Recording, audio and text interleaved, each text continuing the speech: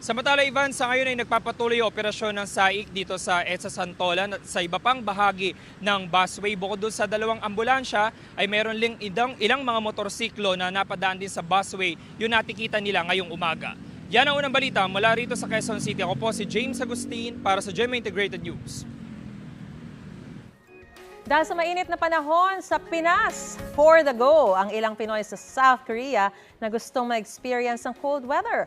Patok din doon ang pop-up stores na nagbebenta ng mga produktong inspired ng K-pop at K-drama. Nako, dapat mapuntahan yan. Para sa KLMA Travel Goals, narito ang unang balita ni JP Soriano.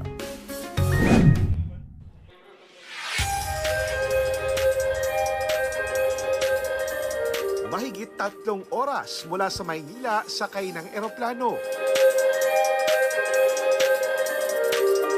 Mararating mo na ang bansang pinagmulan ng mga kinababaliwan ngayon ng maraming Pilipino na K-drama, K-pop at K-food, ang South Korea. Di hamak na mas malamig dito ngayon kahit tanghaling tapat kumpara sa Pilipinas.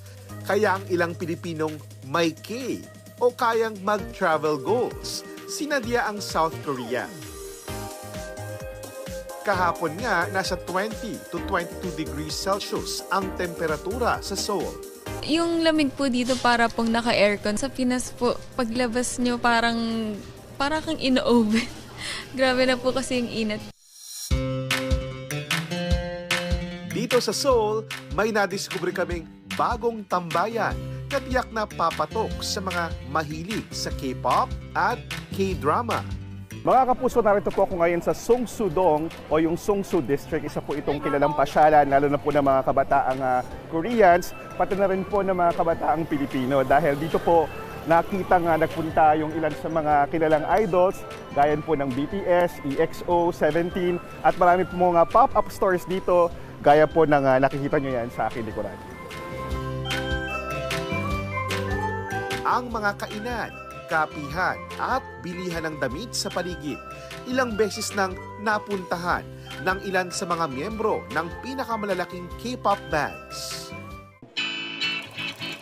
Kaya nga itong si Kim, hindi na pinalagpas ang pagpunta sa isang pop-up store. Dahil kay Mingyu, 17. Sana nga marami rin tayong ganito sa atin sa Pinas kasi very unique siya. Yung mga each stores fun siya kasi may mga activities na ginagawa. Patok ang mga pop-up stores sa Korea ngayon na suportado ng kanilang gobyerno. Ito yung mga kumpanya at tindahan ng mga damit, pagkain at iba pang produkto na sa halip umupa sa mga mall ay humahanap ng pwesto sa mga community-based facilities. Marami raw kasing online na ang bentahan ng produkto. Kaya ang mga pop-up store gumagawa ng gimmick para puntahan, lalo na ng mga Gen Z. Because pop-up is a short period of time, and then you invite all people, making high revenue, and then pay high rent, and then go. So it's a two benefit. One is as a rental, cash-wise, but the other one is a trendy. Ang pop-up store na ito na ang museum inspired hango ang mood sa set ng hit K-drama na Reply 1988. Pagkatapos mamasyal, tikman naman ang mga patok na instant noodles.